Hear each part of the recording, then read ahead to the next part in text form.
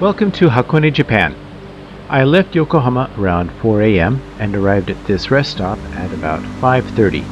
Below, you can see the Hoya River with Kande Tunnel just above it. I first drove through this tunnel in 86 or 87. The tunnel was built in 1931, so as you might guess, it wasn't really designed for today's bigger tourist buses. The tunnel was closed in 2014 after a new two-lane road opened up behind me. Luckily, it's now a designated civil engineering heritage site, so it will be preserved for future generations. Right, let's continue on our drive to Sengokuhara. Since the closer parking lot may already be packed with other photographers, I parked a bit farther away, still just a 10-minute walk from the fields. Here's our first view of the Sengokuhara Susuki Sogen fields, just before sunrise.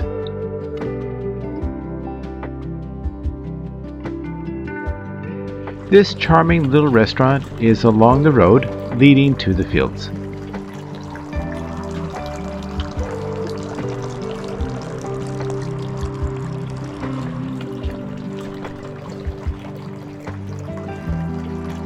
This signboard was recently upgraded. It includes information in both Japanese and English, with QR codes for more details.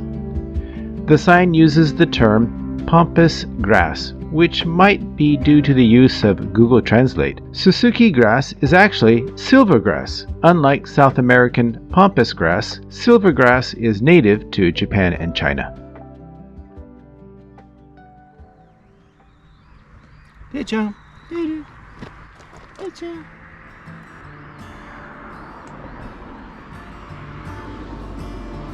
As I started my photo walk, the sun rose over Mount Daigatake, lighting up the village of Sengokuhara across the valley in a warm glow.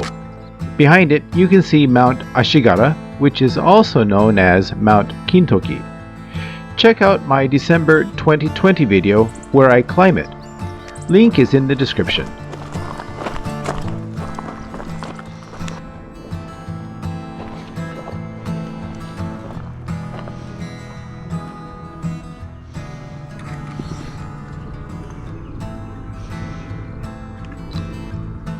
Here, you can see how the grass follows small gullies, creating zigzag patterns. Before sunrise, the cooler tones contrast nicely with the golden waves you often see later in the day. Also, tripods aren't recommended here because the path is narrow and gets crowded after sunrise, as I later learned.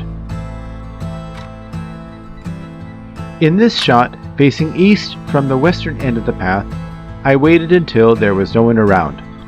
I love how one clump of grass seems to reach toward me while the rest leans the other way. Finally, morning light broke over the ridge, warming the fields in waves of gold and soft green. With no one around, I caught this serene moment, the light shifting across the grass with breeze and passing clouds. On the way back to the parking lot, I realized that the paved road at the bottom of the fields actually has the best unobstructed views. Next time, I might skip the trail altogether and stick to the sidewalk along the road for those sweeping views.